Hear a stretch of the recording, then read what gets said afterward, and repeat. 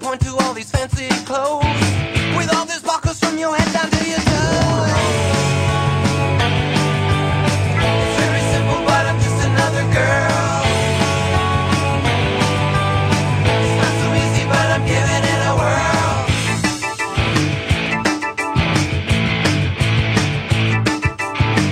Is there something that you're trying to prove with all the makeup and the way you move? Are you looking for some sympathy? No, I'm trying to be the best girl I can be. It's very simple, but I'm just another girl. It's not so easy, but I'm giving it a whirl. Like my martinis dry, cosmos I won't deny. Smoke those long cigarettes. Thank God I'm not dead yet. Done all these crazy things, short of a wedding ring. Just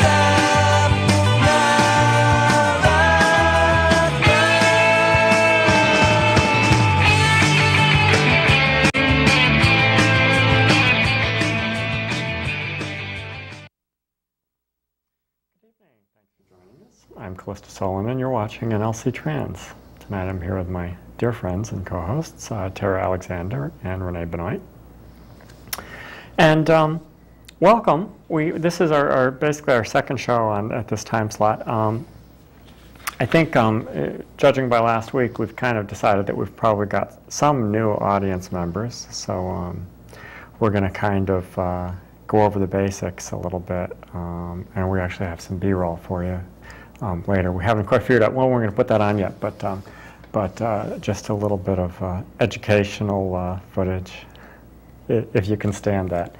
But it's sort of useful because obviously, you know, judging by last week's show, we're sort of tuned into to maybe a slightly younger audience and at least a new audience. Hopefully, we've brought our old audience with us. And by the way. This is temporary. As it turns out, in about 12 weeks, we're going back to 8 o'clock. So we're kind of doing a flip-flop here. We've kind of flip-flopped with the greens for a while there. We were sort of on after the greens, and we've kind of... Now we're on after the New England Republicans. Yeah. So anyway, we're going to be going back to 8 o'clock. And also, before I forget this, because I will, for any of our members, our group members out there that might be watching, and I'm not sure how many are, but hopefully some are, I just wanted to make sure that everybody, in case anybody didn't get the email, our meetings are moving from Friday night to Sunday, Sunday afternoon, 5 o'clock, 5 to 8, Sunday, same place. So, yes, yeah. So. It'll be a little bit earlier, and Sunday seems to be a better day for most people. So, so for the immediate future, that's what we're doing.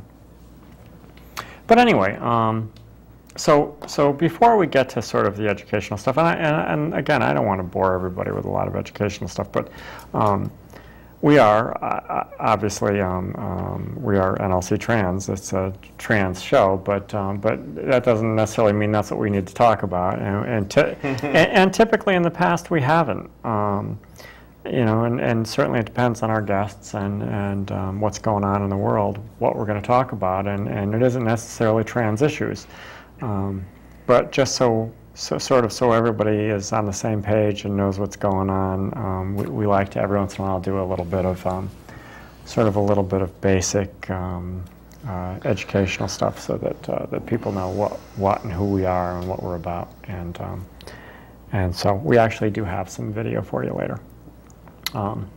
And just in case, and I know this is in the credits, but it's very fine print and goes by quickly. We do operate a support group called Transitioning and Loving Life, and it's a support group for transsexuals and transgender individuals and their family members and friends and our supporters, so on and so forth. And so that's sort of who we are. But you can sort of forget that we're trans if you like. We, you know, I sort of do sometimes. But anyway, so we're gonna bore you to death a little bit later. But Speaking of guests, yes, we have a couple of upcoming guests. yes, yes, You we want do. to talk about our first guests? Yes, it's going to be August 18th. 15th. It's going to be the Department of Health from Brooklyn, Linda Colangelo, and the director, Sue, I can't think of her last I have their name. names written down Yeah. somewhere. I do. But, They've been on the show before. We've had them on the show prior to this, and I'm not sure what they're going to be talking about, but Well, it'll be it's good going to anyway. be interesting. Public Yeah. health. Yes, Yeah, on some yes. level, Yeah. they're nice people, and Yeah, they are. they'll have The something. program that they spoke about last time, the T.a.L.L program, really helped me out a lot. Going into the grocery store and spotting the different labels and such. You've been So, using that? Yes, I have. The T.a.L.L thing. That's an interesting thing. I actually do look at that sometimes. The truth is, though, that it doesn't really do anything for me because I just simply don't eat. So it doesn't matter. Yeah. I'm not actually going to eat this Mr. Goodbar. I'm just going to look at it all night. Until we go off air, and then she'll eat it. And we will. Dime me out. Go ahead. Yeah, no, it's kind of an interesting and probably a very useful thing. And I sort of ignored it for a long time, but I actually have started sort of looking at it. Have you seen it in any of the other grocery stores? I know around here, Big Y was about the only one. Big Y and Price Chopper up in Putnam has Yeah. it. Both and listed new Val numbers on the. yes, yeah. Yeah, some kind of It's an a index. fantastic, you know. If it's a high number, it's good for you. If it's a low Right. number, it's not. Something like that. Yeah, nutritional content. It's Yes. a proprietary scale for rating nutritional content of food. Yeah. I know my doctor's been happy with it, so it's made a big difference. That's cool.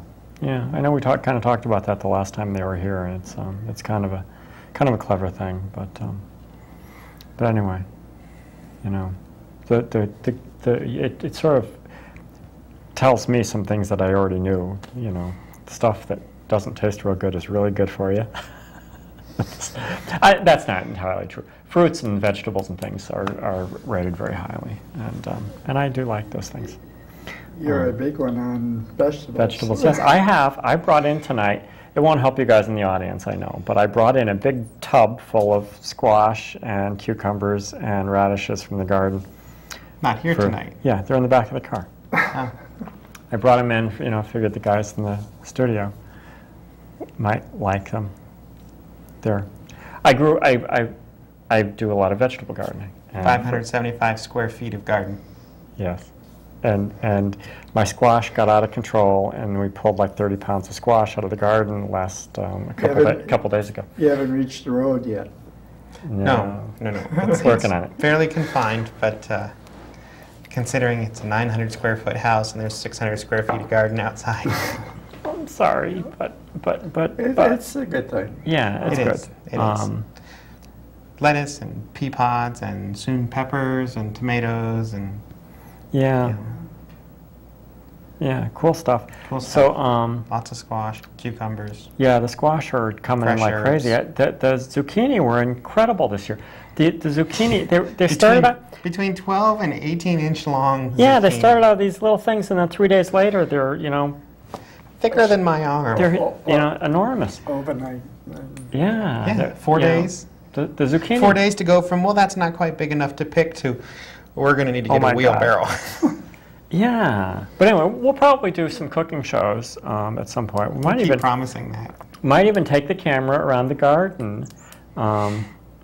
It's always fun playing in the garden when you can get in it. It's getting so big that you can't fit anymore. We just, It's tough. But, I've offered to film you gardening. well, I was suggesting that we go around the garden. I didn't necessarily suggest I should be filmed gardening, but No, I'll film you garden. okay, all right. She's going to argue with me. She does take. Tara takes pictures of the garden. Yes. And posts them on Facebook. You're camera shy when you're in your civvies. Well, you know, I'll dress nice and garden if you know. But yeah, we'll probably do a garden show of some kind at some point. Just because it's fun. Dying to see you in your heels gardening. I'm not gonna. Well, I do. I'm usually barefoot in the garden. Although today I got bit by something, so I probably shouldn't do that. But spider or spider, bug or? yeah. I told you the ground moves in that garden. Yeah, oh, yeah, I know. But generally, the stuff gets out of the way when you're gonna step on it. Yeah. Every once in a while, something bites. It's part of gardening. There's bugs in the garden. You gotta let them stay. You know, that's the way it works. They stay in the garden. They don't come in the house. Yes, they do. Still finding a way. Yeah. On your clothes when the door's open. We keep throwing beetles back out into the garden. Yeah, yeah. Anyway, been doing lots of gardening and growing lots of hot peppers. Going to do a whole bunch of salsa. So maybe we'll do a salsa show. Cook some salsa. We're going to probably do some cooking shows and you know, among other things, we're always. You had talked about potentially doing some pre-recorded shows over the summer. Yeah, I'd like to do a cooking show. Or maybe make salsa on air or something. Salsa's fun. I like salsa. And Callie with the protective glasses and gloves. Oh yeah, some of those peppers are crazy. They're killer. You start cutting them, pureeing them up. Oh, you can't stand in the kitchen. It's that strong. Oh, it's strong, yeah. Well, some of these are the vapors are. Last year we only went up, or you only went up to habanero, but this year she's got hot fish and the Scotch bonnets, and if they bear fruit, ghost chilies, and a whole range of killer peppers. Killer peppers, yeah. Killer. Yeah. My coworkers at work, we've already dubbed it death salsa. Death salsa. Okay. Skull and crossbones. Skull and crossbones, death salsa. But salsa's good stuff, and it's fun to make. And so I grew a bunch of salsa. I'm going to bore the audience to death now. I grew a bunch of salsa tomatoes this year. Salsa tomatoes are sort of specific, and very fleshy, not a lot of juice. Yeah, and basically like a good cooking tomato. And so I'm sort of aiming at doing a lot of salsa this year, so it's going to be fun. And we'll probably do a cooking show and cook up some salsa. Anyway, where was I going with that? Yeah, I brought in a bunch of squash and stuff. Oh, yeah. But yeah, crazy squash, you know, these enormous squash that just grow so fast, it kills me. I wish I could get some other things to grow that fast, but... They're as big as they were last year. Yeah, last year you had some good size it's ones. just nuts. Yeah, but you were even saying this year it's a different brand. This is a Ford hook seed. Yeah, the zucchini were Ford hooks, and very low seed count compared to what we had last year. Yeah, they're very Mostly fleshy. flesh. Really? Not a lot of seed and enormous. enormous. So yeah. half a zucchini is your dinner. Oh, Yeah. So we're and various other things. We grew some pak choy and we're doing stir fries and things. Strawberries came in and then went. Anyway, I'm sorry. I apologize to the audience for going off on the garden. Pumpkin, butternut, watermelon, honeydew, cantaloupe. Yeah, a lot of cool stuff. Yeah. Some soybean. Yeah, it's kind of cool. Cabbage. Yeah. you got to set up a little stand in the house. That's more trouble than it's worth. I give the stuff away. Vendor licensing fees. Yeah. But anyway, so that's what's going on in my garden. Sorry. We'll definitely have to do some video in the garden, or at least of the garden, let you narrate it. Yeah, it's kind of cool. Green and fun and edible. The smells of summer. Yeah. Fermenting grass for the mulch. Yeah, well. Oh well. Yeah, cool stuff. I was pickling watermelon today. Pickling watermelon rind. I love pickled watermelon rind. Something a lot of people have never heard of. Yeah, you know, I I don't was know. going to ask what that was, but I didn't want Well, you to can see- pickle a lot of things, right? You can pickle Right. just about anything. Well, this is like a sweet pickle setup, except that you're pickling the watermelon rind. Oh, okay. Yeah. They, I've never- to me, they taste a lot. It tastes a lot like the same kind of flavor as a gherkin. It's a sweet gherkin pickle. Yep. But the texture, you get the watermelon rind gets really soft and chewy, and it has that like sweet gherkin taste to it. And I'm taking over your conversation. That's but okay. Cinnamon and clove. I do cinnamon and cloves in a sweet syrup, and I Sounds like really it. good. And It is. I took one to work, and people who were really skeptical started diving into it. yeah. It's good. But yeah, I'm going to probably pickle some zucchini. We have just totally gone off here. I wanted to do some pickled radish. You could try that. You can pickle anything. You pickle beets, you could pickle radish, I'm sure. Yeah. Well, I wanted to try the sort of both sides of it, the sort of regular pickling and the sweet pickling. Yeah. Because I like radish, but radish is real peppery, and I'm kind of wondering what will happen to the flavor when you pickle it. Right. Yeah. Could be a really Kind nice of a- treat, Yeah. sweet and sour kind of thing. Yep. We'll see. Yep. But so I was doing some pickled watermelons today, watermelon rind, which I like. I like the clove and cinnamon, and they're kind of cool. Yeah. It's a lot of work. For anybody out there that's ever made them, peeling a watermelon is not an easy task. Oh, Half the people watching just went, "You can peel a watermelon?" Yes. Well, it's sort of beneficial to peel it before you cut it, because you got to peel it. At some You're point. gonna basically you peel that dark green skin off, and you cut out all the red, so that all you're left with is that layer of white. Yeah. And then you cut that up, and that's what gets pickled. Yeah. I cube up the watermelon and then Yeah, that goes to the side. save the rind and make pickles with that's it. cool. Anyway, we can do that on our cooking show. We're gonna have to do a cooking show. We're gonna have to put a cooking show together now. Garden and cooking. Yeah. Callie's Kitchen. But It's this gonna year, happen. this year I'm gonna. I've been doing a lot of pickling I this just year. put the camera away. I'm probably gonna do a lot more things like preserves, peach and strawberry, and maybe I don't know if I can get the strawberries. Radish preserve. No, not radish preserve, but anyway, Radish stuff like jelly. that. Yeah. I do apple butter. I'll probably do apple butter. Apple again. butter's very good. And while we don't have our own apple trees, we're a few minutes away from Holmberg. Yeah. So go to the orchard and pick them off the tree. Anyway, Yeah, that's like a third of our show on I'm about the sorry. garden. I'm sorry. That was a demonstration. For what this is worth, that was just sort of a demonstration of the fact that, yes, we don't necessarily have to talk about trans subjects. So Or anything in the gender and sexual minority rainbow. yeah, Because, yeah, we cover that. We've talked about this before. Our existence covers that, and we'll talk about whatever anybody wants to talk about. We Kayaking. haven't talked about your love life in a while. in a long time. Long time. Yeah, I usually use that as a threat. Talking about my love I life. thought I brought that up. Yeah. Anyway, Let me tell you about the mailman. don't embarrass the mailman. He's been around. Mailman is my friend. He's very cute. With a mustache. Anyway, so I said I think you probably have some news, I probably do. Is and maybe we should talk about that. It's funny how that got kind of like, Did you want to talk about the thing from last week? The thing from last week. Oh yeah.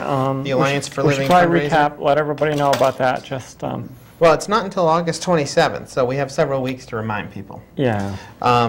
The Alliance for Living, which is Southeastern Connecticut's only HIV/AIDS support organization, is doing a fundraiser in conjunction with Macy's. It's called Shop for a Cause. Find the magic of giving back. If you go to if you go to our website, we have this information up on our front page with links to the Alliance for Living. Has a little bit more information on it.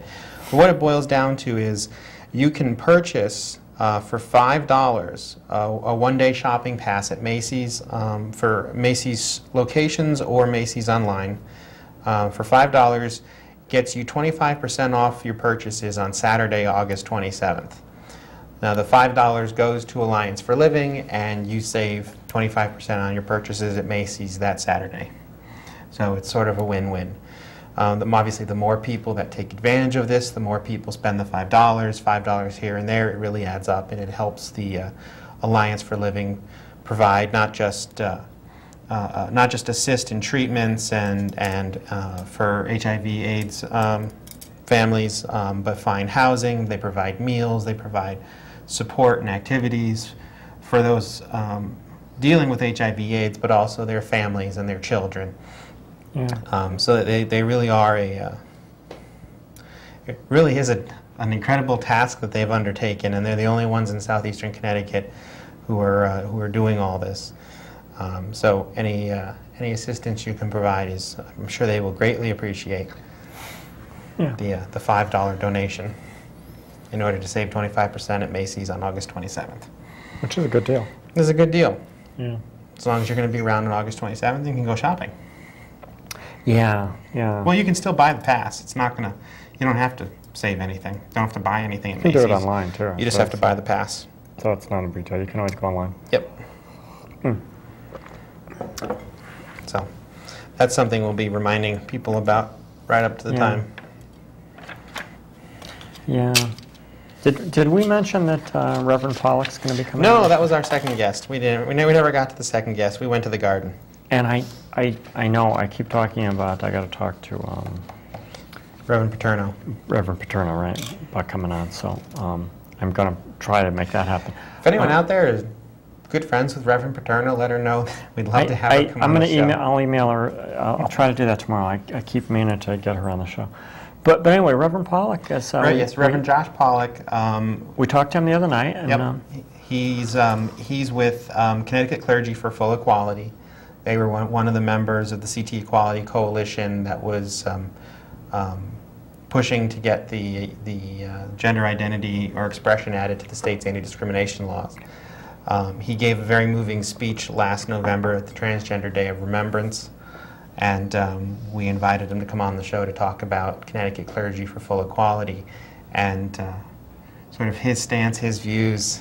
You know, there's this common misconception that religious people are anti-GLBT, and there's this organization is one among many throughout the state and throughout the country that sort of proves that wrong. Yeah.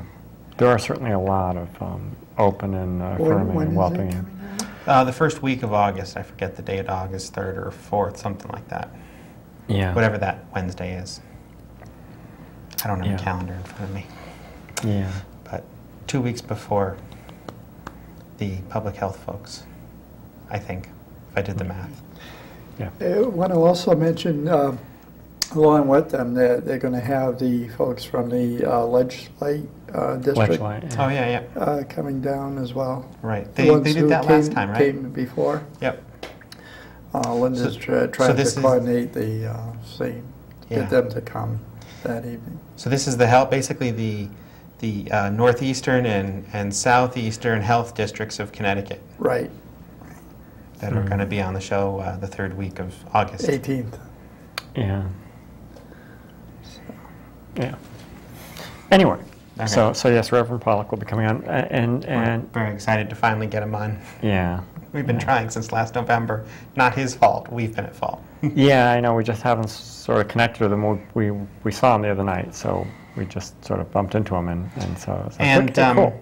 Guess what? we also bumped into Robin McCallan of True Colors. Yes. And she's going to be trying to line up somebody to come on the show.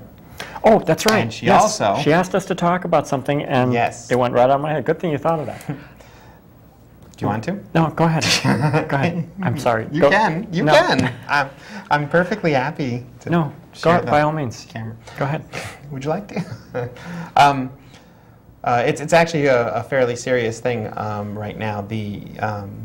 One of the things True Colors does, this is True Colors, if you're not familiar with it, is a sexual minority support organization. They sort of run like a Big Brothers Big Sisters for everyone else. is the way that they describe it sometimes. They work closely with DCF to find foster housing for LGBT identifying kids who are in bad situations. And there's a 13-year-old there's a 13-year-old child in the Norwich area that is expressing trans identity but doesn't know really whether or not he, for lack of knowing, wants to transition, or if this is sort of androgynous or gender non-conforming. He's searching for his identity. But he's 13 years old, and Robin McCallan asked us to reach out to the community and see if there's anyone willing to foster this kid. There is I guess a small DCF stipend that goes along with it, but the couple that he had been placed with wasn't a good fit, and yeah, that was unfortunate. I guess the caveat, if you will, is that this is a 13-year-old kid who has come out of a very bad situation, and so there are some disciplinary issues. That he's a good kid, he gets good grades, but there's the kinds of things you'd expect from somebody who's gone through a traumatic experience at home. He's defensive and bossy and tests his limits more than maybe the average 13-year-old. But yeah, because the 13-year-olds are already testing your limits and your patience. But yeah. True Colors, yeah, basically he's in a transition home now that they're supposed to be in for no more than 3 to 5 months, and he's been there for a year or two now, 18 months or something. And so they're really looking for anyone who'd be interested in providing a safe place in the Norwich area, southeastern Connecticut, to foster this child. Yeah. If you want, you can contact us, and we can put you in touch with Robin, or if you can go to ourtruecolors.org. There's contact information on there for Robin McCallan. You can get in touch with her, and she will get you in touch with the social workers and the DCF folks to make the arrangements. And I understand that if you are not already in the foster care system, I understand that they're going to expedite. There's some waivers that are available in certain cases, and this one qualifies. Yeah. You don't have to be an already approved foster parent. That's right. I'm glad you remembered that. So it apparently is not going to be difficult to do if there's anybody out there that's that would be interested in doing that. So a call to the community. Yeah. Yeah. So, yes, wonderful organization, True Colors. Anyway, I'm glad you thought of that. Who else did we run into? Well, Floretta King with the Rainbow Center. We're going to be working with the Rainbow Center in the near future to try to get some gender education programs going, gender identity education programs going at UConn. Yeah. I think that's the big stuff. Okay. All right. We have a 19-minute video, so if we run it. But I know you had a bunch of stuff here So lined up in front of you in the news to talk about. In the news today, this all comes from The Advocate, because at being on at 7, I don't have a lot of time to check multiple sources as like I used to. But one is, the first one is a study from 2009 to 2010. There was a 23% increase in murders of LGBT and HIV-affected people in the United States, with the second highest yearly total ever recorded by the National Coalition of Anti-Violence Programs. That breaks down, without reading this all to you, 27 LGBT people and HIV-infected people were killed in 2010, according to the latest numbers from the National Coalition of Anti-Violence Programs.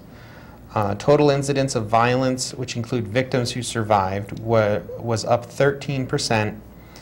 The statistics found that LGBT people of color and transgender women were subjected to disproportionate numbers. 44% of the murdered victims were transgender women. They went on to make some recommendations to how to collect better data and such, but the notion that, I mean, we keep talking about, in our experience it's been true, that Connecticut, in New England, excuse me, in general, is an accepting place. Yes. Is you know, all in all is an accepting place, but the scary reality is that across the board, violence against trans people is going up. Some of that is probably because we're less willing to go hide in the shadows, and people don't like that, but that's speculation. And along those lines, there's a couple of stories from other countries that were rather interesting. One of them in Pakistan, since Pakistan's been in the news, can segue on that one. Peshawar, Pakistan. Police in Peshawar, Pakistan, Monday arrested 7 men for assaulting, sexually harassing, and then shaving the heads of 5 transgender people. Earlier in the day, trans folk from around Pakistan protested outside the Peshawar Press Club, calling for an end to harassment and gender violence, and calling for the government to offer more protections for its marginalized citizens.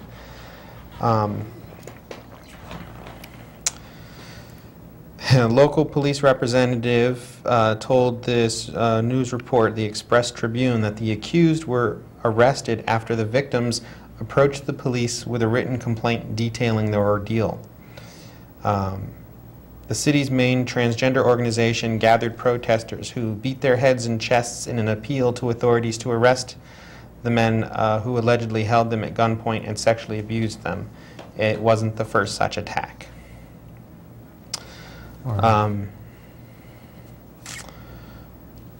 Yeah.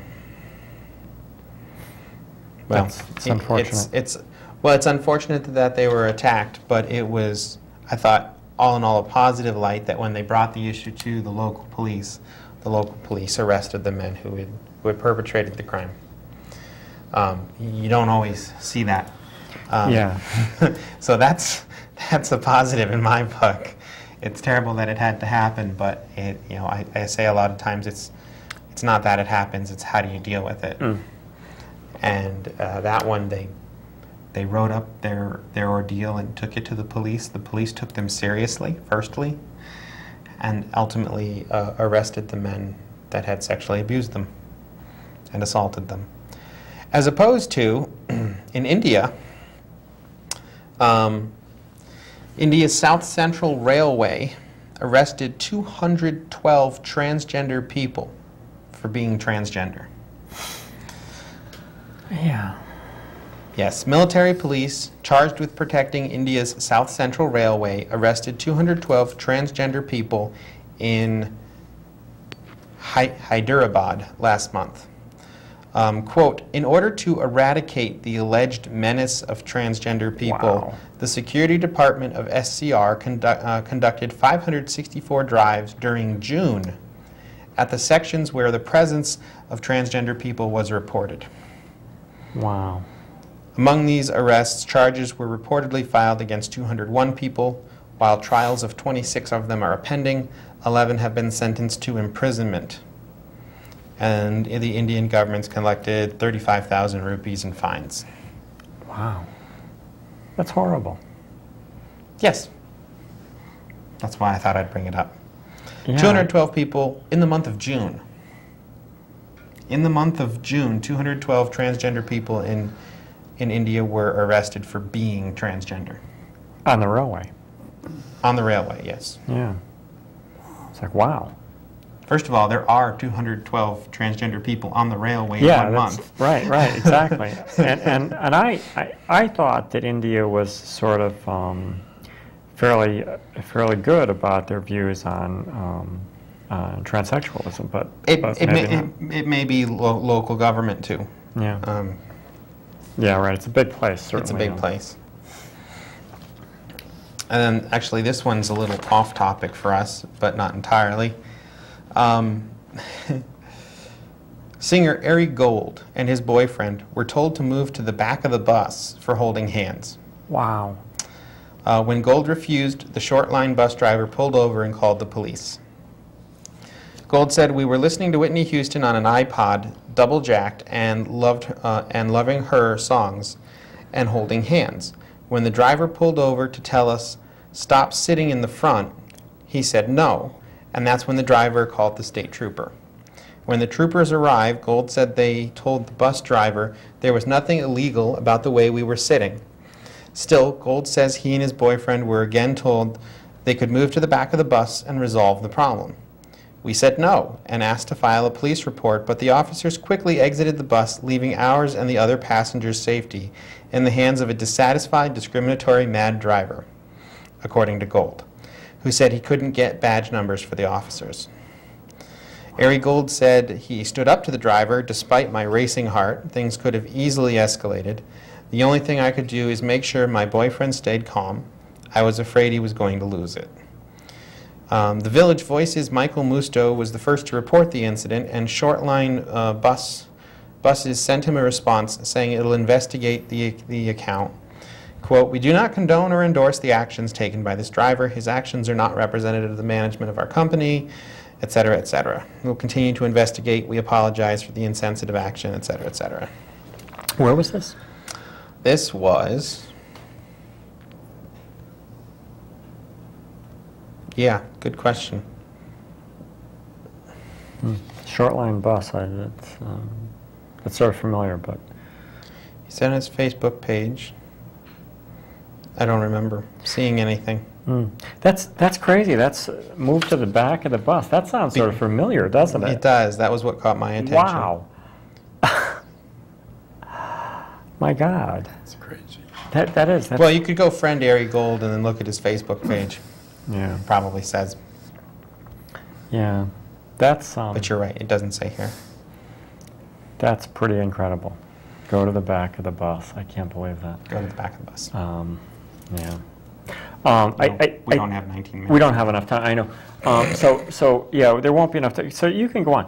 There won't be enough time to get that video on tonight. So we'll get it on for you next week. So we'll just keep going. We'll go. I'm sorry.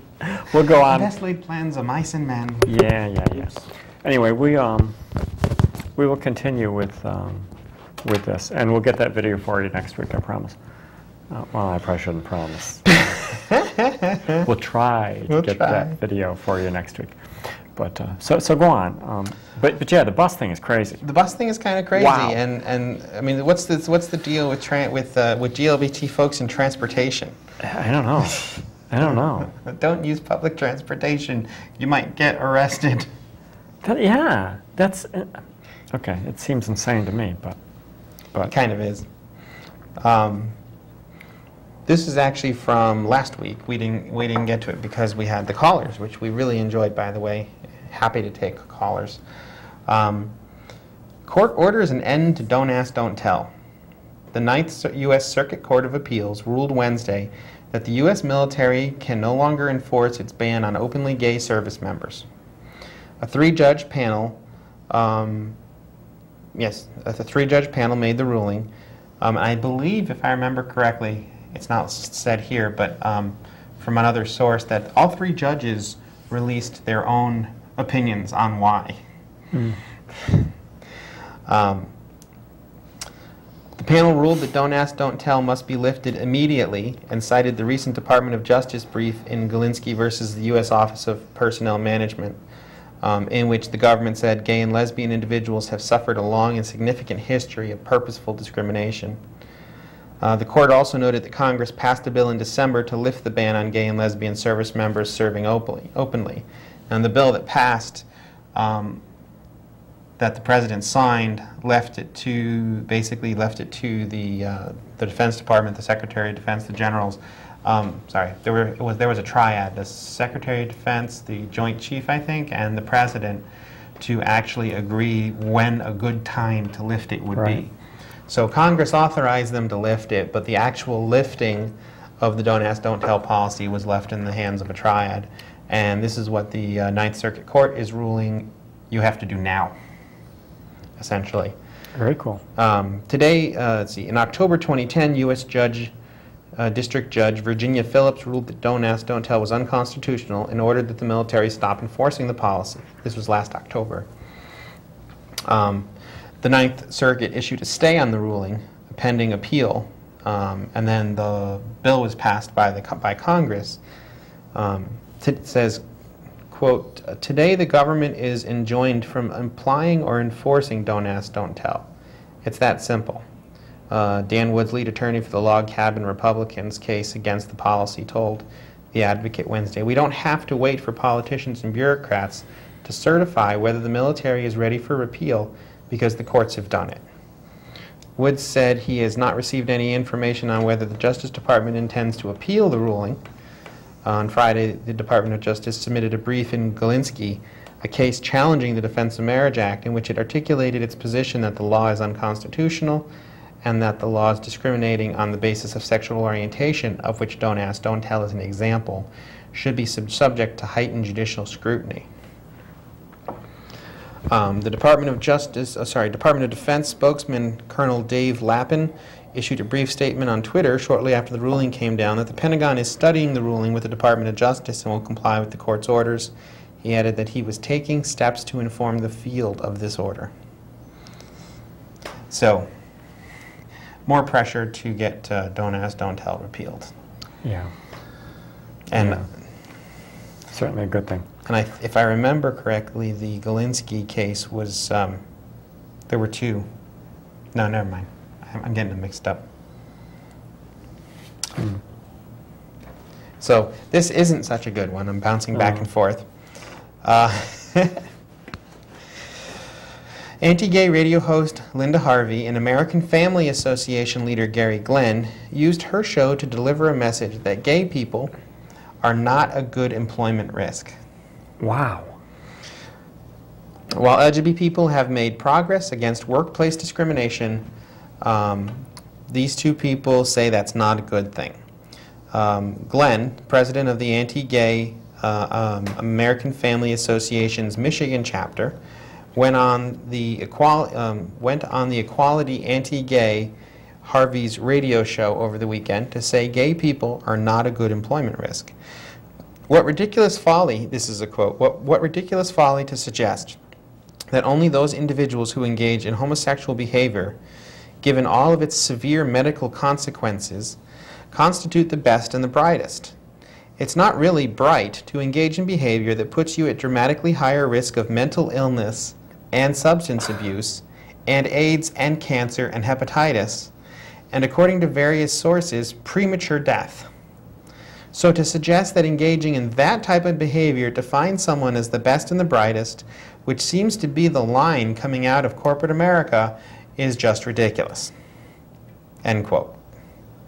Harvey replied, "You're right. And higher rates of domestic violence and unstable relationships. I would not think of a homosexual person as a good employment risk. I just wouldn't." Wow. One of the targets of Glenn's wrath was furniture maker Herman Miller, a major employer in Michigan, which has a perfect score on the Human Rights Campaign's Corporate Equality Index and supported a gay rights ordinance in the city of Holland, saying the absence of discrimination helps companies attract high-quality workers. The ordinance failed to pass the city council last month, but its backers plan to bring it up again. Harvey, founder of the right-wing ministry Mission America, has a history of anti-gay statements. That includes a column written shortly after the passage of New York State's Marriage Equality Act, in which she said the move will lead to, quote, "a perpetual pansexual pagan party." Oh, God. I love the consonants. Yeah. As well as a corruption of youth, revolt in congregations, suppression of parental rights, revision of language, disease, loss of employment, and loss of life. So where do you want to start with that one? Well, let's see.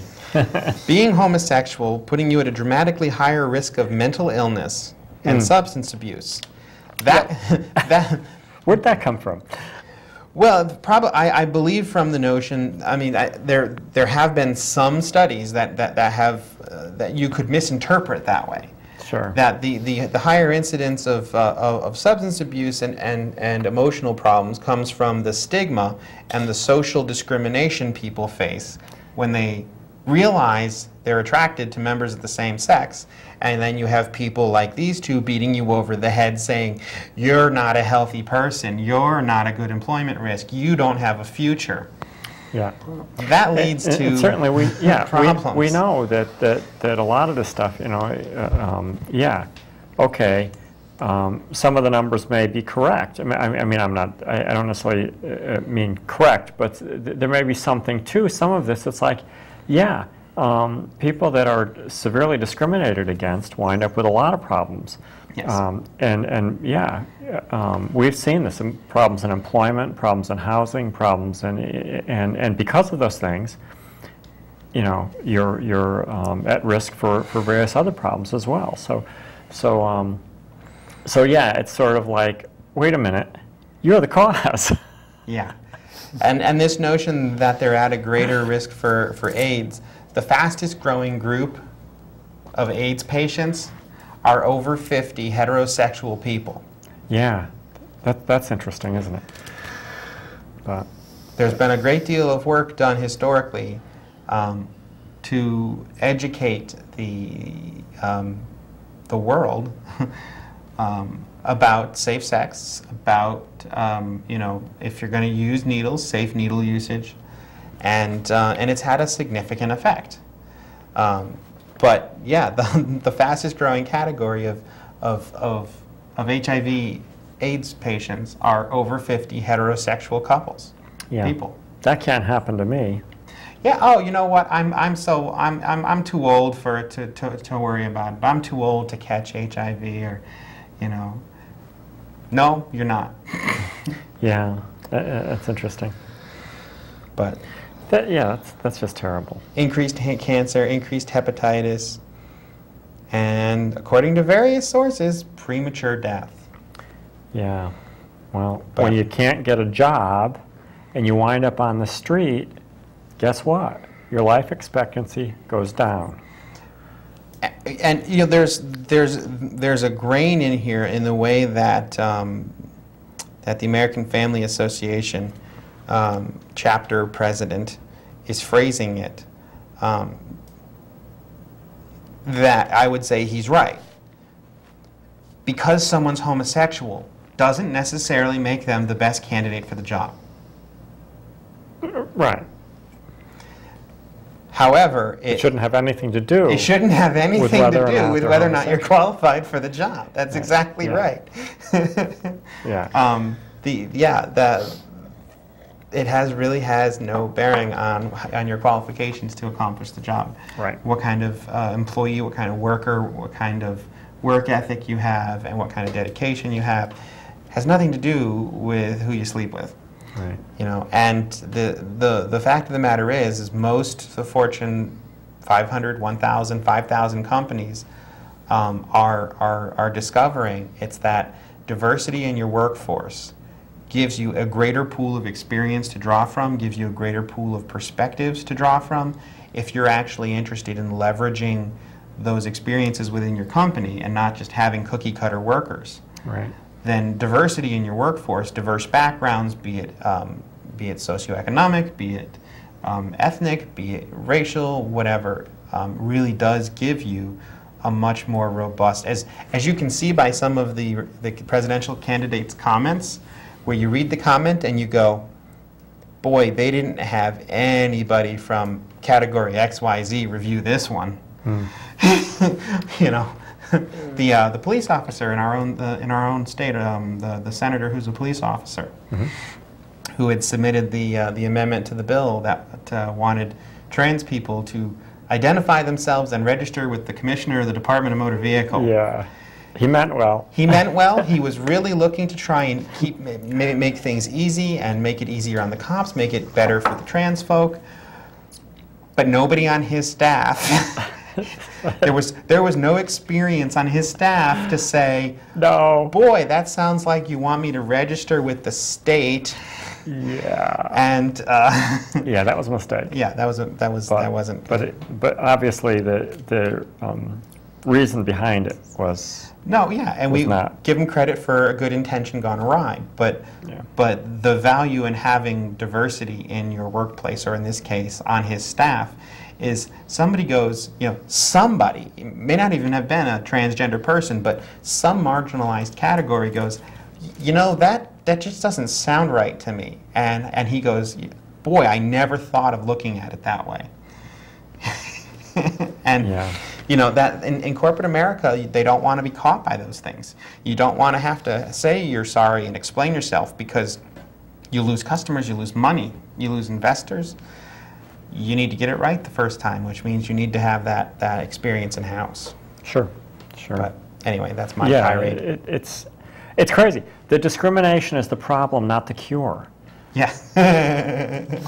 If the discrimination goes away, most of these problems go away too. Yeah. Yeah, it's really funny to hear that. It's like, wait a minute. Wait a minute. Works out that way. Oh, God. The last thing, and then we're going to be out of time, is as we talked about last week, New York State has passed marriage equality. Yes. And, yay! And there are people who are vowing on July 24th, when it goes into effect. It's the first day same-sex couples can be married in the state, that are vowing to continue the fight, start a brand new fight on July 24th when it goes into effect. And along those lines, there are a number of people, including Laura L. Fatuski, a town clerk in Barker, New York, in Broome County near Binghamton, who on July 21st will resign her post as town clerk, I think, because she cannot, in good conscience, issue marriage licenses to same-sex couples. I believe there's a higher law than the law of the land. It's the law of God in the Bible. Wow. And one of these shows will get into what the Bible says. Yeah, we should do that. That's a But good the idea. fact is, if you're gonna work as a clerk in a civic office, in a civic servant category, your personal religious beliefs don't bear on it. So I give her credit for resigning rather than causing problems, but That's her prerogative. these aren't She's going to lose her job. That seems like an extreme to me, but these aren't sacraments of marriage. These are simply civil contracts. But so thank you for watching. yeah, so that's very interesting. Okay, so anyway, we'll get that film for you hopefully next week. I'm not promising, but we'll try to get that for you next week. Thanks. But we will be back in a week, same time, and thank you so much for watching, and we'll see you soon. Bye-bye.